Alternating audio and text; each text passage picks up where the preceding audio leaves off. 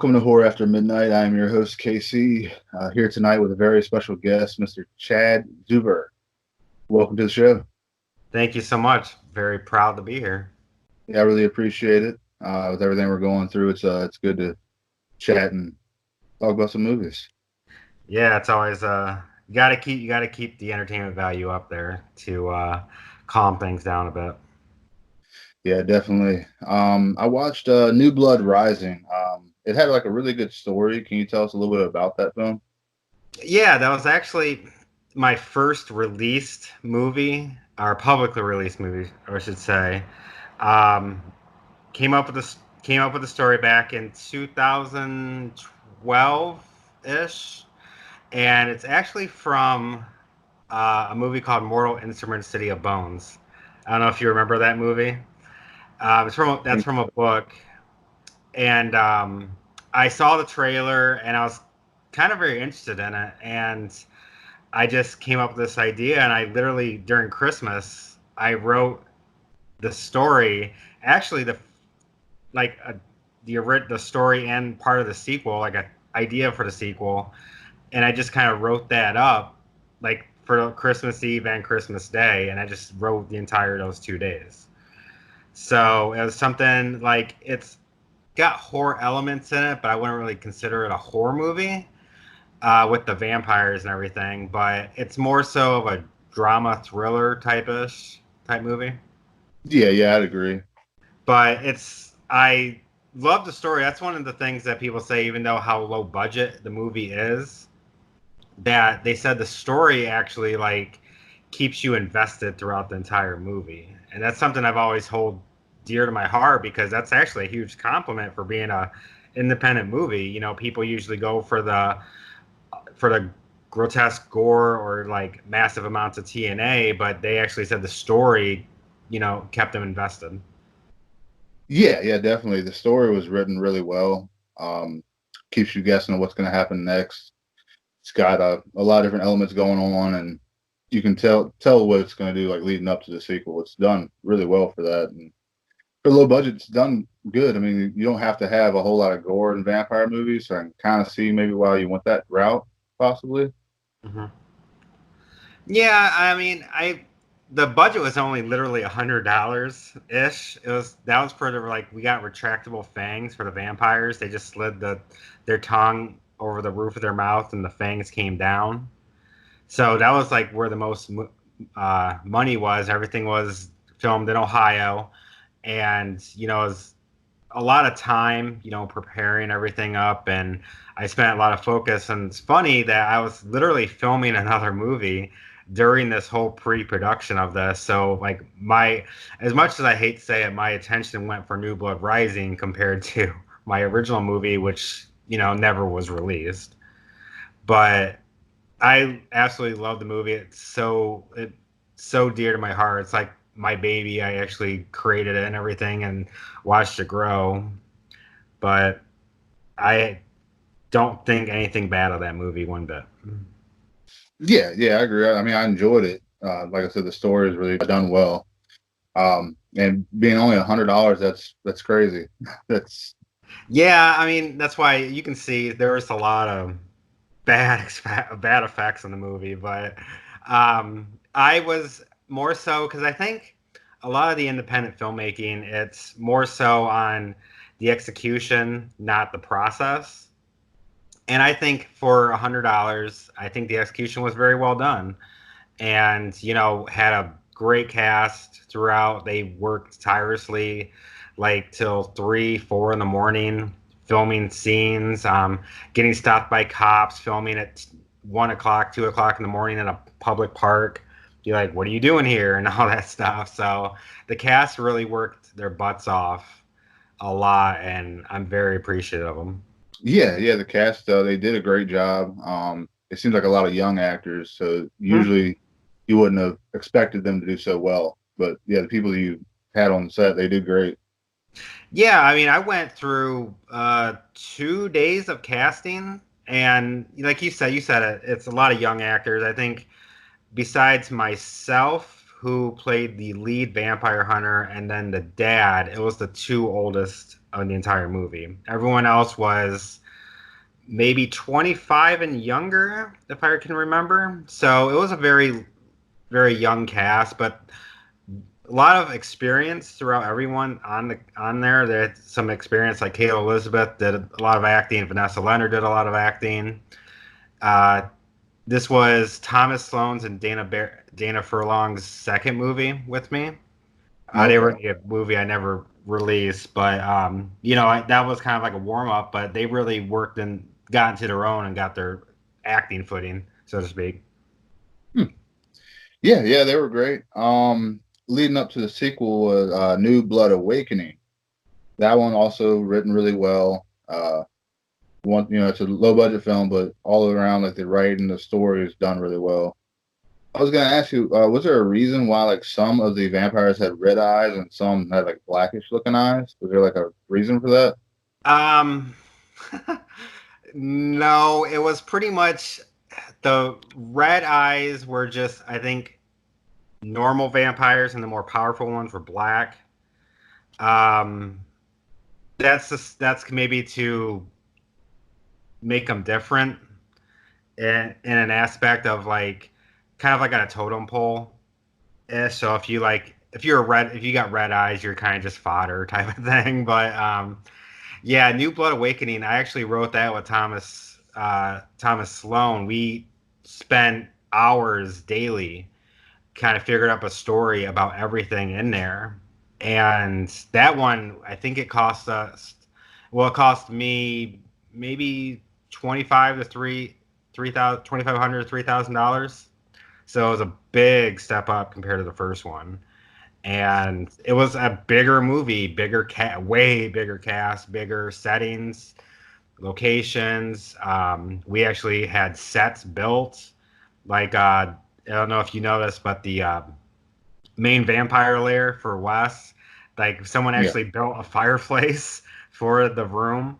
I bought like a cheapo desk to do that. We decorated the entire office. We decorated the house, and we've done all the stuff. We spent 5 months of pre-production just for the movie alone, and that's nowhere near what we did for the first one. So we went all out, and that one we filmed 18-hour days, 20-hour days, and low budget independent movie. That's unheard of for actors willing to commit to that, but every single one committed, and very thankful that everyone was cool enough to do it. Yeah, yeah, that's great. You can tell a lot of love went into it because with a low budget indie films like this, you have to have love for the genre of what you're doing. If you don't, it's not going to be you're not going to be as into it. Yeah, and everyone, I mean, there was um, a lot of anger towards me based off how long I was keeping people. And that's, I'm the public enemy number one when it comes to that. But, stuff just didn't work out. We filmed a fight scene, a 1-on-4 fight scene that took literally 15 hours just filming that. And that's in Hollywood, that's pretty much realistic. That happens in Hollywood. So, and then, my cameraman was bitching at me because I wasn't giving directions, but I was giving the cast directions first. And it was very tense set, but there's, I still love the movie, but there's issues with it, issues that I couldn't, I had nothing to do with because it wasn't my fault. It was other person's fault, but I tried everything in post production to fix it, but it was not working at all. Yeah, yeah, you kind of did what you had to do to get it put together the best you could.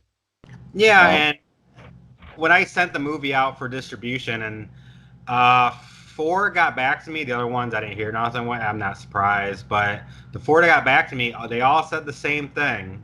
Why they weren't going to pick it up, and that's what the same thing I heard for a lot of stuff, for reasons why the movie was good, but there's issues with it. But it's a long movie, almost 2 hours. But I, the one thing I tried to do with editing was trying to cut it, but every scene, how I write, every scene means something. Even though the scene 3 might not mean something by 4 or 5, but it'll mean something by scene 17, type of thing. So everything's intercollected, so I couldn't cut any scene.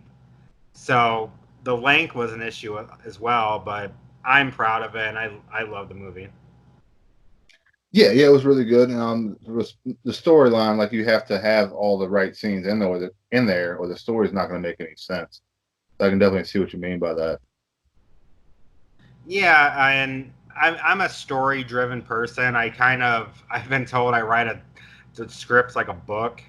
So I mean that's how the best I tell people for Awakening and Rising. It's like a movie based on a book, but there's no book. So I'm like, maybe in the future I'll write a book about it, but um, it's a good story, and I want actually been kind of dipping my toes into doing a remake with kind of expanding on the story, but the first script was done, and for Rising's done, Awakening's 75% done.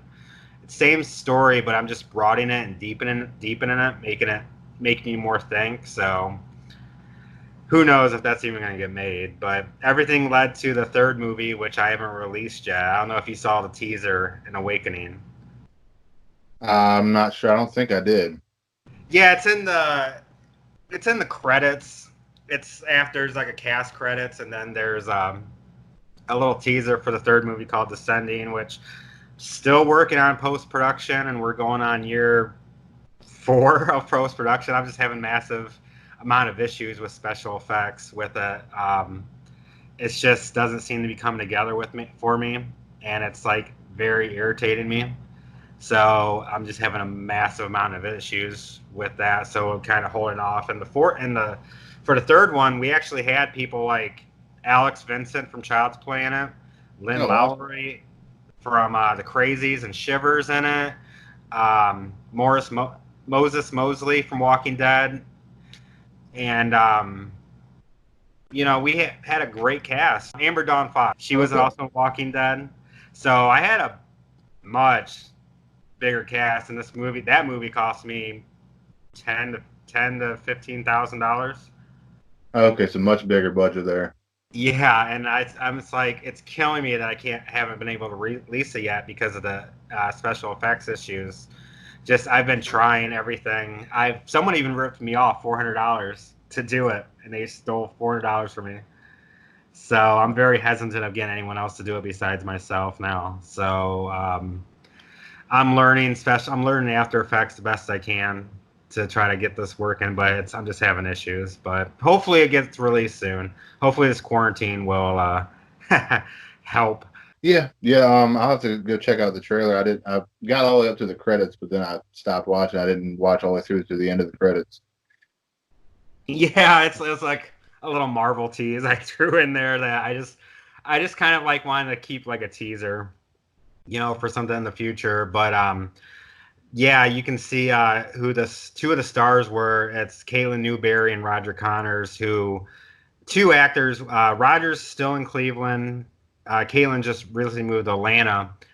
She's originally from Cleveland, but two remarkable actors, and I loved every second of working on set with them. And this one, actually, I just wrote it, but Kayla Elizabeth, who was Jade in Rising and Awakening, she actually directed it, and she did a remarkable job with directing that. Okay, awesome. So, in the newer one that you were working on, what role do you play in that one? I play the same character. I play Archer still. I can't tell you how, but there's reasons how I'm back. But I was kind of like just producer and just writer, and Kayla's boyfriend David helped me fine tune the writing to make it less like a book and more detailed in a scene and stuff. But I was just kind of there on set, being crew when needed, and just helping along. Okay, awesome. Uh, Keep an eye out for that one, and of course, be in touch. My Yeah, yeah, girlfriend did have definitely. one question. I was watching it with her, and she was asking me, why did the vampires disappear rather than turn to ash? She just wanted me to ask you that. And Awakening. Yes. Yeah, I did not do the special effects for that. We were on a time crunch with this.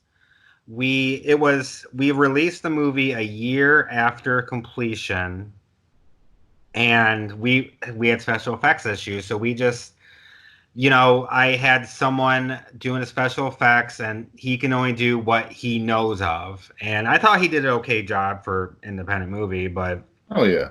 that's why I'm having issues. I'm trying to make it more Hollywood esque for this third one. That's why it's taken me so long to do.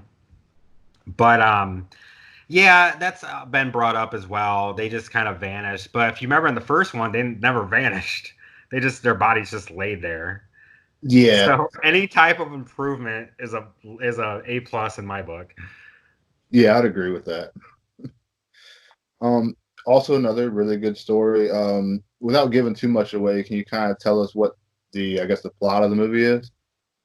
Yeah, I mean, we got to start with Rising. It's the vampires are a dying breed now, and a family of vampires, which is a sister Jade, her sister, the lead sister Jade. She's the ultimate leader. Ophelia, and then their brother Bryce. They're trying to find a girl to spill her blood to pretty much awaken the new army. And there's a group of vampire hunters who just posing as a normal family. They kind of follow the vampires around and just making sure everything's good, and they're protecting the lead girl Bree. And in the second one, I can just give the plot out. I mean, it's already been said. There's a second. Obviously, they get the blood and they release the vampire army, and the army pretty much it's kind of like a pandemic, so to speak. I mean, people don't go out when there's an air siren, and when the air siren goes, that means you have to get in your homes before the sun sets. So they just live with it now. Like the vampires out at night, the humans are smarter. They're not going out at night, except obviously what you see are just the stupid ones. But Yeah. um, yeah, I mean, it's kind of like humans learn to live with it, and then they got to try to obviously eliminate the vampires and get on with their lives. Yeah. Yeah. I agree. It's very similar to what's all going on now, but besides, you have vampires. You need to stay inside. Yeah, if only. But yeah, but Um, yeah, I mean, besides that, it's people. I mean, I hate comparing it to, but it is got the romantic side to it as well. As you saw, it got the teen romance. I wasn't ripping off Twilight. It's just that you have to kind of have it in a deeply driven story movie. You kind of have to have that interest that the girls are going to be invested in, besides just the vampire fights and all that stuff. But I threw every type of mix of genre in there. yeah, yeah, I agree because like just about every vampire movie I've ever seen has some type of romance in it of some kind.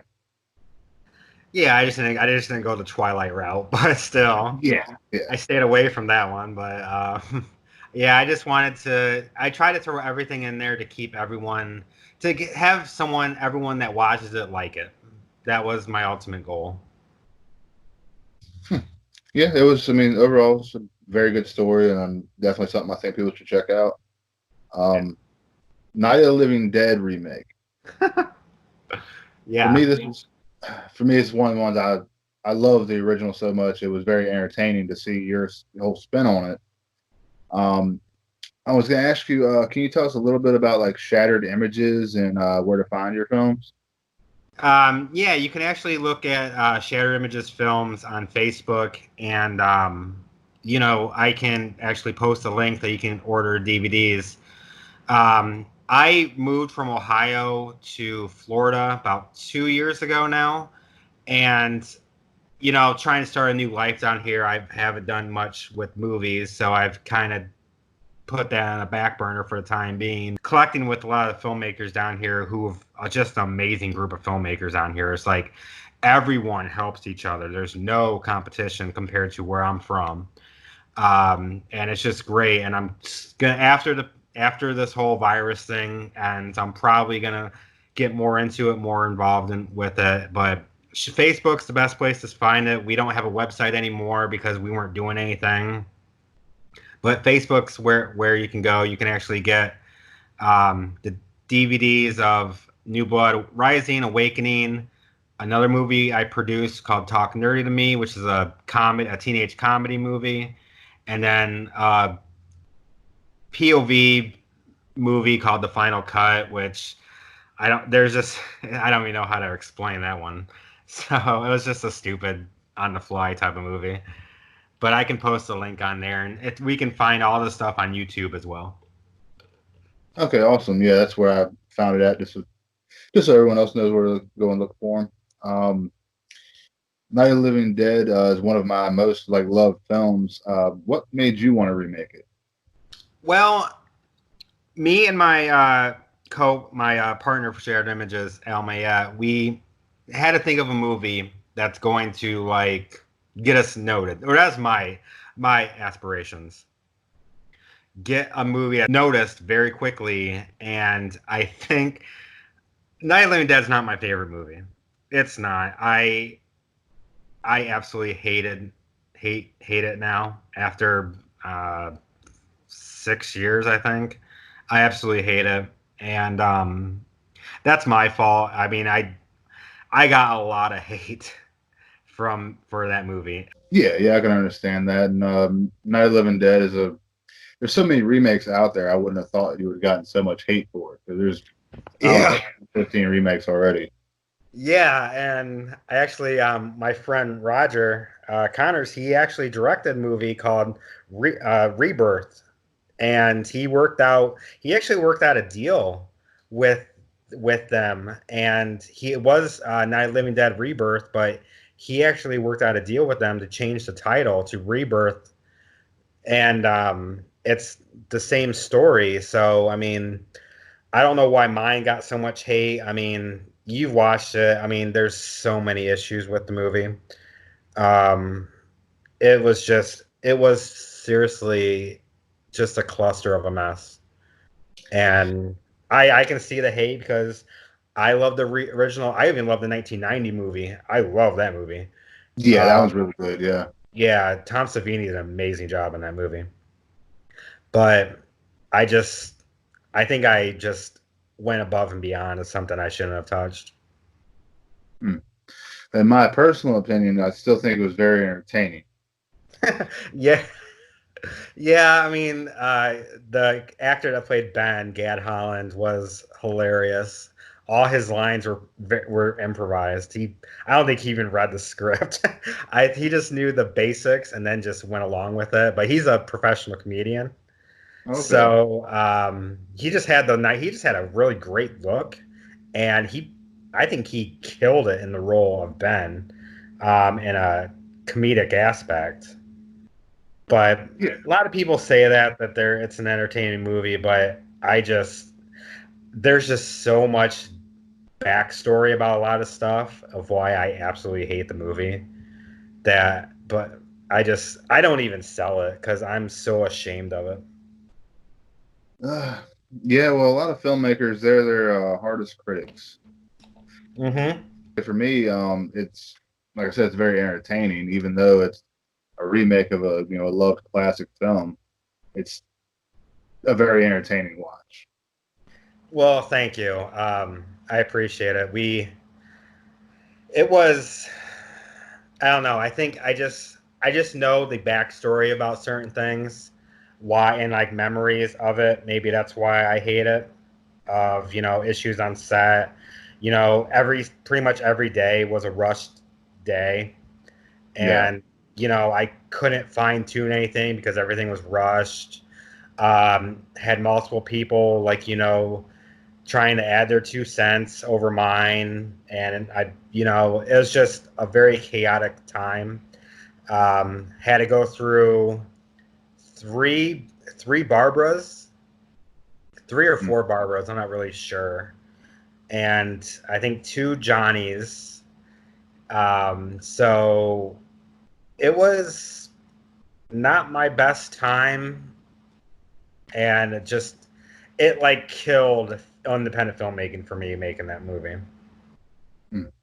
Yeah, I can see why. That's a lot of issues going on. Um, I did like that you kept it black and white, like the original. I did enjoy that. Yeah, I just did that for the cheap gore because you can use anything for blood if it's black and white. Yeah, We use chocolate syrup, so I mean, you can tell a little because chocolate syrup's more chunkier compared to blood, but we did that for the artistic part because I think I I seen the colorized version of the original and I don't like it one bit. yeah, I didn't like that one too much either. Yeah, I think the black and white it gives it character and it gives you more of that tense thing, and that's kind of the reason why I wanted the black and white because it's I didn't make it to outdo it. I made it to pay respects to Romero and Russo and everyone that was on part of that movie. It wasn't disrespect. I was doing it was respectful because Romero is one of the greatest horror directors of all time.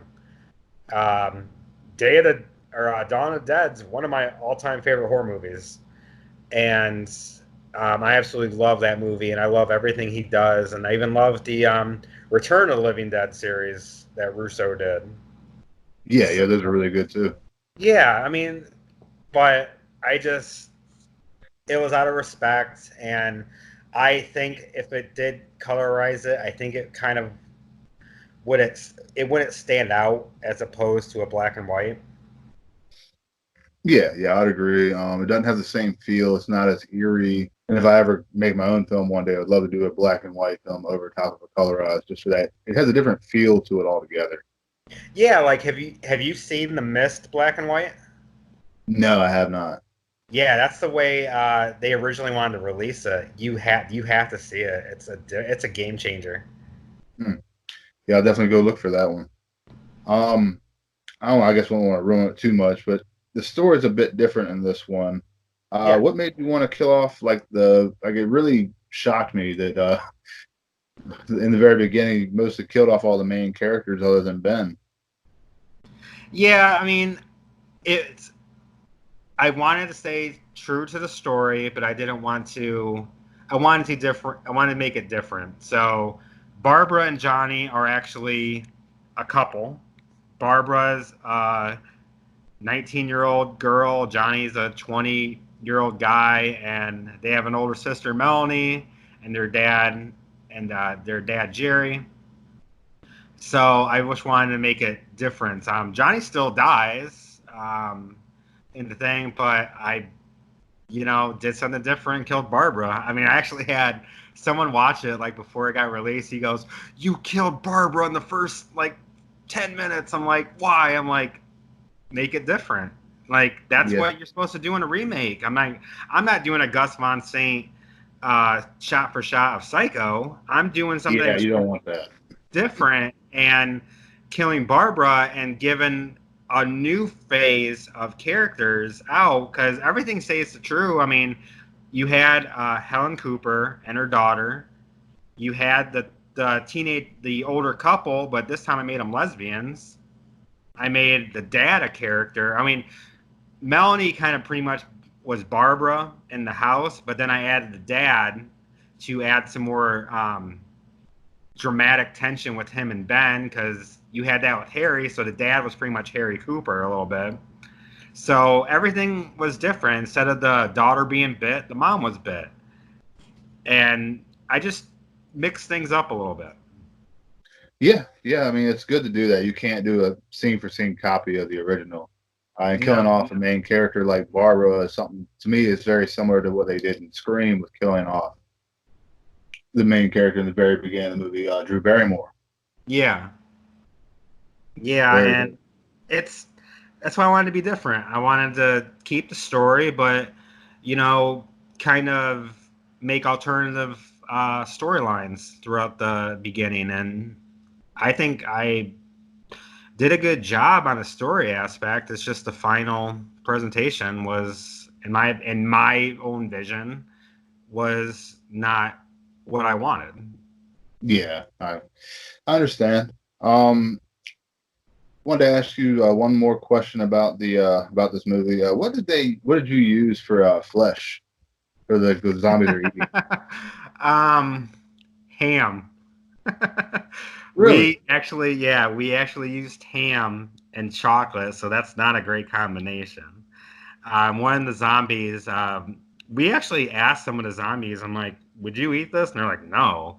But one zombie who played multiple zombies, and he was also a character at the end with the sheriff. His name's Mark Klein, who I've worked with multiple times. He goes, I'll try it. And he absolutely hated it, but he did it, I think, 3 or 4 times. And it, he was the only one willing to do it. And then we couldn't think of anything to do that could like literally look like he's actually eating it without getting sick. Because if you eat that real red blood, you can get violently ill.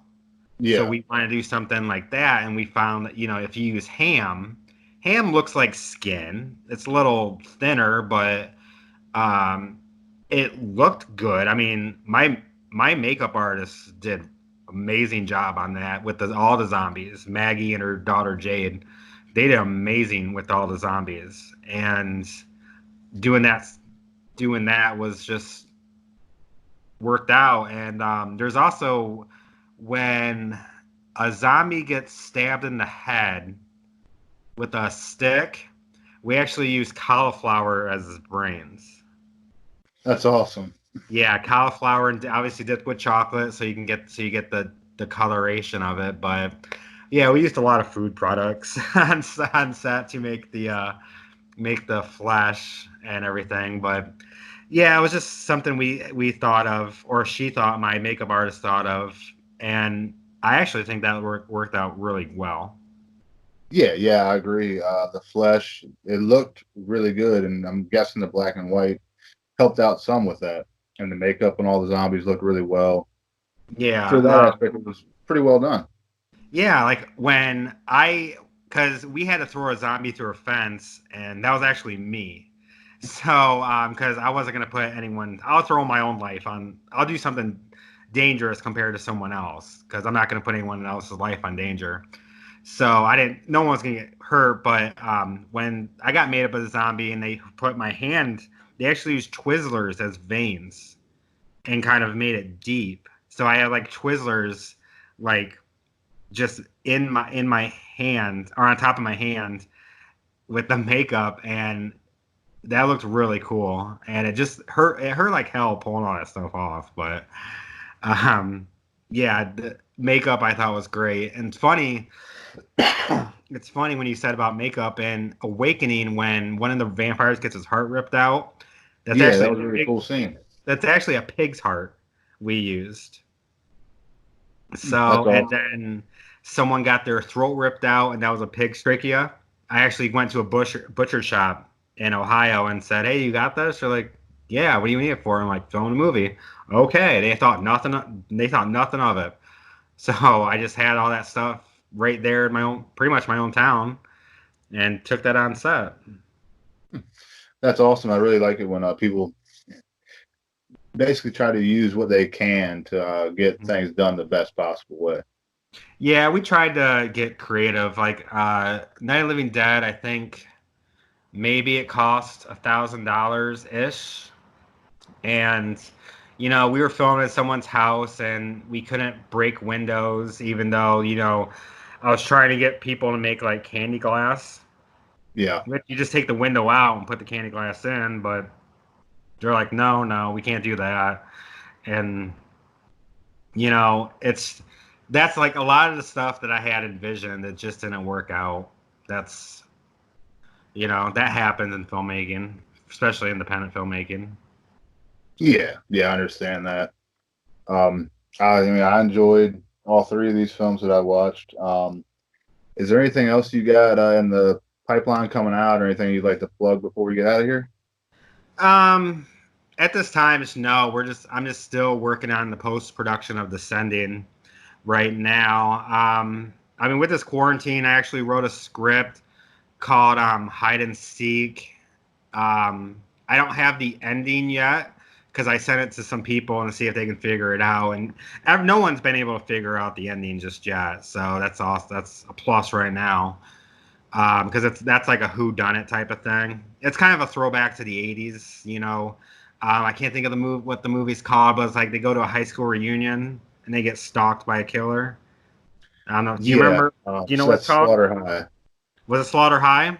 Yeah. Yeah. So I remember watching that as a kid, and I'm like, I like this. So I kind of did something like that. So it's got the scream aspect, you know, it's got that aspect. It's kind of a throwback to an '80s. Some cool gore sequences in the script, which I hope to God I can do in filming it. But that's, you know, plus I just love writing a lot. So I don't know. I think after Descending, I definitely want to get back into it. It's just Descending's pretty much taking my soul away from me. Yeah, yeah. I mean, you're really good writer. All Thank you stories so are much. written out really well. I guess one more time, where can everybody find these films? Well, you can see actually New Blood Rising. You can actually watch for free on YouTube. Just type in Shattered Images Films. You can see a bunch of trailers, movie podcasts I did from last year, just movie reviews I did separately. You can see that, and I'm probably going to be putting New Blood Awakening on in there. But if you want the DVDs, you can check out Shattered Images Films Facebook page. Just search Shattered Images Films, and I will post the link right after I get off the chat with you, and they can see and they can order. And I believe they're like $5 a piece, so you can get 4 movies for $20. So not a big deal. Okay, awesome, man. Thanks for joining me tonight. Thank you for having me. I've been like since we scheduled this interview, I've been checking out your other interviews, and I'm really liking this. So I'm actually becoming a huge fan of your show now. I really appreciate that, man. We try our best to do what we can, and a lot of people have reached out to us and want to help promote them and help promote their stuff that they got working on. And we love horror, so why not try to help out who we can? Yeah, you're doing a great service for the film community. But thank you so much for having me. I had a great time.